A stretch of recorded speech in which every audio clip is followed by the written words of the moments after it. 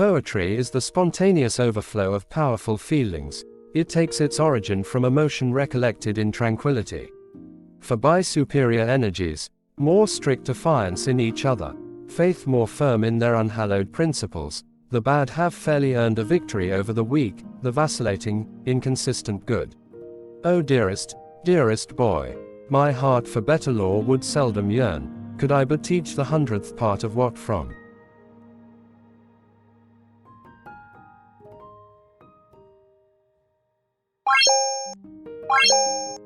Bye.